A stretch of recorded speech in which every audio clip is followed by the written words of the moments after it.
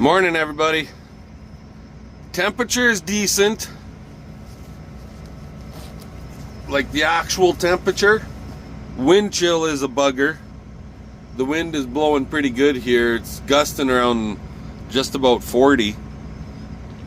Anyway, brought a round bale for these first time calving heifers, unrolled the outside edge of it, dumped the rest of the bale in that feeder, and their feed bunk for cut feed, all the stuff that they didn't want to eat no more. I just pulled that bunk over to their bedding pack, flipped it upside down, dumped it out. So we'll set it back kind of where we want it and work at filling it up. Maybe relocate it to a slightly different spot.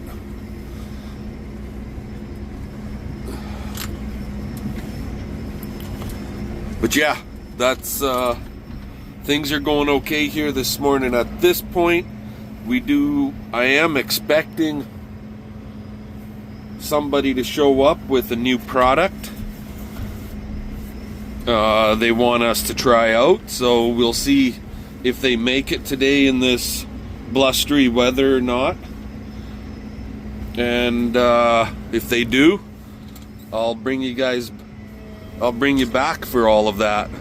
Until that time, let's get all these shitters, in other words, those guys, cattle, let's get all these shitters fed up, right?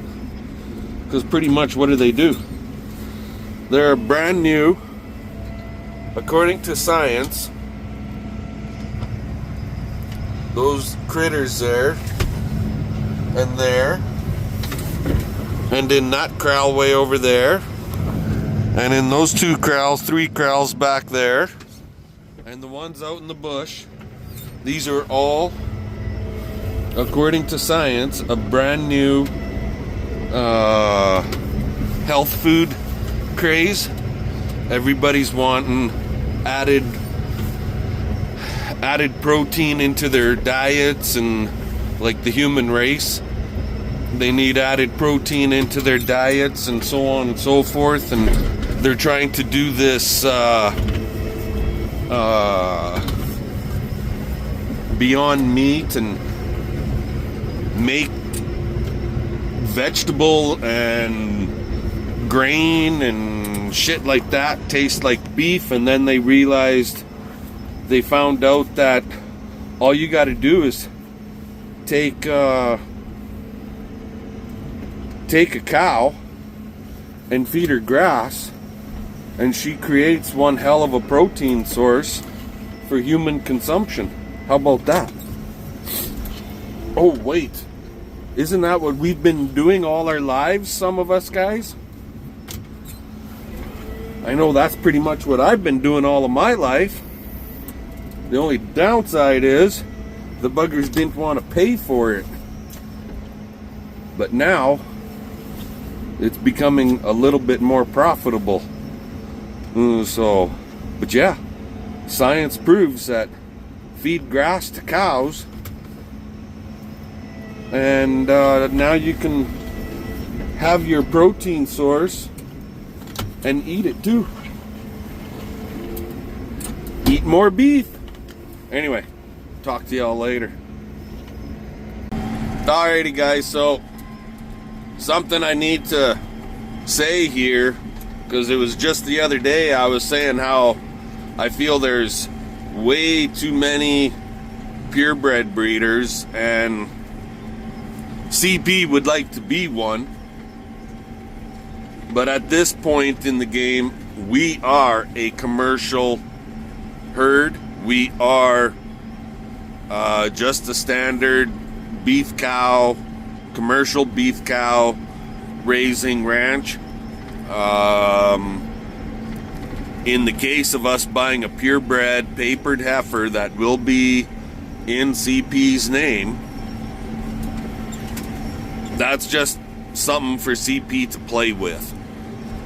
Whatever animal that this heifer has, whether it be a heifer calf or a bull calf, it will not be leaving the ranch.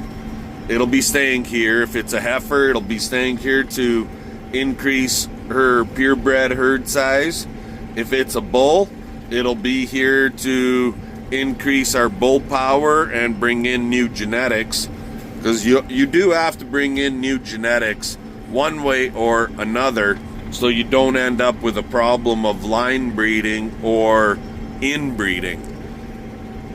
So yeah, I don't see the problem with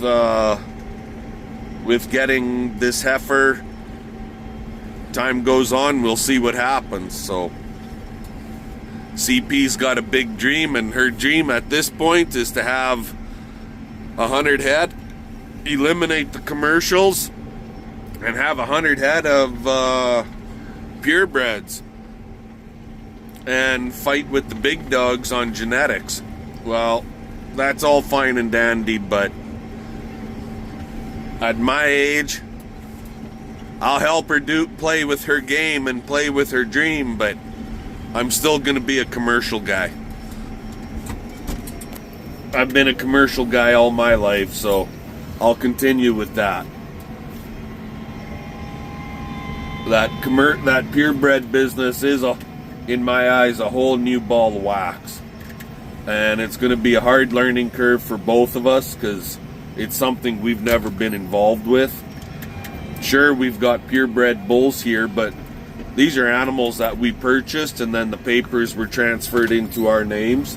So, anywho, just so y'all know, I'll still be doing what I've always been doing, and I still believe there's a ton of purebred, especially in the Angus industry, a ton of purebred breeders. So, yeah, my own 2 cents. Talk to y'all later. Alrighty, guys. Well, I mentioned earlier today that I had something coming today to try out, and Cliff got here.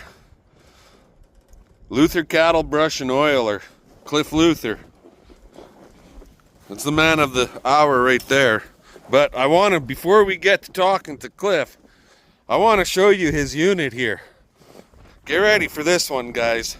You're going to see him coming when you see him. How about that? Set of big old longhorns mounted on the rooftop, and a goddamn, well, that grasshopper's missing one wing.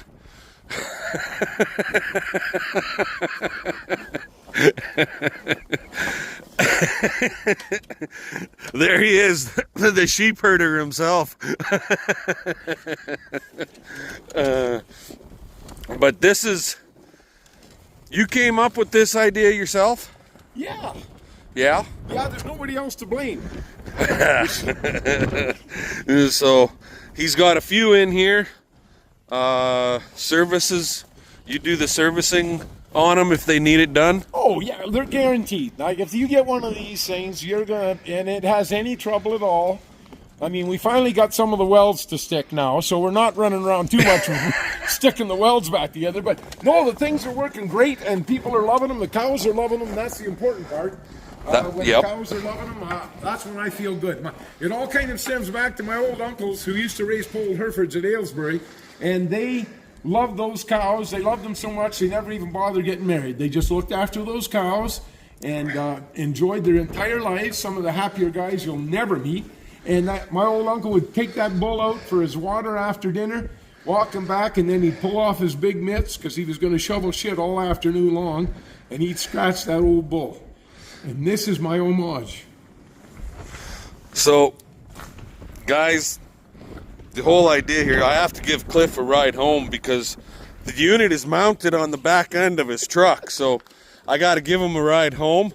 So it's a portable unit. You get the truck and you get the oiler, right? Self-propelled. Actually, just joking around here a little bit, guys. It mounts up. In our case, we've got an old Lewis that I pulled the chain off of it and the sock off of it just this morning. So we're gonna mount all of this stuff onto here. I'll bring you guys back once we get a few things mounted up, and Cliff can, once we're all done, I'll get you to explain how the whole kit and caboodle shakes down, okay? Not a problem. Alrighty. Okay, I'm gonna let you guys go, and we're gonna get to work here. We'll talk to you later. Alrighty, guys, so there it is. Mounted on the old Lewis. Yeah, it's just a couple of chains. This piece of rod to the hook. You cinch her down super tight so it can't move. And that's what it looks like right there. And you got scratchers on the sides, the bottom over here. They could get their head over top and scratch the underside of their jaw and their neck. So I guess we give this a try. And Cliff has his secret ingredient for flies and lice control in that jug. And that stuff goes inside this tube, and as they scratch their on the bottom, tell me if I'm saying this right or not. They lift this up, and as they lift that up and whatnot, the oil will come out a little tiny hole, and then it drops down and just flows back down. So I guess we'll give her a try, right? It's the one they love to use, and even in the wintertime, these cattle will use these things almost every day, because we all get itchy backs, and if you're a 2,700 pound Simmental bull and you get this thing up on your back, you're going to get some satisfaction. In fact, we have some footage in one of our YouTubes where it shows a 2,700 pound bull at the Belle Plaine Colony. He's got his head down, he's got his tongue doing circle eights, and he's moving about a 1.5 feet, and then back about 1.5 feet. And the rest of that great story is, like old Paul Harvey used to say, the rest of the story is, the feed truck comes along, honks the horn, 40 Simmental bulls head towards the bunk. He stayed right there and kept working that oiler. So yeah, he loved her good. It was better than eating that day. So we're gonna try this thing out with our heifers, our first time calving heifers first, and then I'm thinking I'll move it from there. We'll put it with the bulls for a bit, and then maybe after the bulls, I'll put it with the cow herd for a bit. Excuse me. Just kind of rotate it around and put it to the test, see how it works. And even the snow thing, like your snow cattle get the snow on their back. And my dad used to say, he said, that's really hard on cattle. And I've had some guys say, oh no, that's insulation. I thought, well, take a snowball, plunk it on your head, and tell me how warm that feels. No, get it off of there as quick as you can, because anything you can do to fluff up their coat, give them a little more insulation against the cold, and they'll look better too. And if they look better, hell, they might even sell better. You never can tell. Well, that may be. I still believe in, if a cow has lots of snow on her back, yeah, she's a healthy cow. It's when they don't have snow on their back, she's too thin and she's losing too much heat through her back fat line. Actually, these things actually do cure two other things. Everything from hemorrhoids to heart attacks. I'm telling you, these things work. Anyhow. But we're going to give this thing a try, guys. So this is the Luther cattle brush and oiler, all in one unit. So we'll give it a try and see how it works, and you guys will all get to see how it works also. We'll give her a damn good go-round. I like to call it cattle care extraordinaire, but we'll see. We'll see. Yeah. Alrighty, let's get the tractor on here and get it out to the corral. We'll talk to y'all later. Alrighty, guys, so we're just in the barn here, look, showing Cliff my barn and stuff. Out of the wind. Out of the wind is the big one. He likes the barn. Nice barn. Wish I had that one and he had a better one. Maybe they don't make a better one. I don't know. It's a damn good one anyhow. But, so if guys want to if guys are interested in your oiler and your cattle brush, how are they getting a hold of you? 306-734-2997. There you go. That's the phone number right from Cliff. I'll have it down in the description of the video also. Luther cattle brush and oiler. So, and I'll have that in the description with the phone number. Is there an email on there? No, I don't bother with that stuff. That's not even a cell phone number. That's just my home phone number, and the answering machine will come on and call me anytime, any questions you got, kind of thing. Find out exactly what we're trying to do there. But to maintain the cattle in a good way, our cattle brush is helping out with the lice control and the fly control. So I hope everybody enjoys the videos. Alrighty, and keep watching, guys, because you'll get to see it in use and see how it performs for us. So we'll see y'all later. Well, it's taken a while, but they're starting to use it.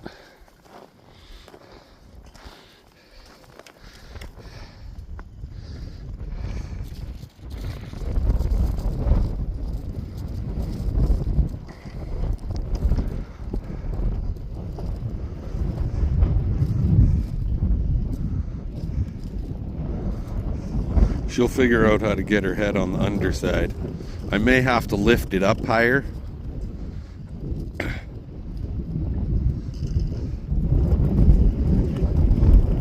But we'll give her a try.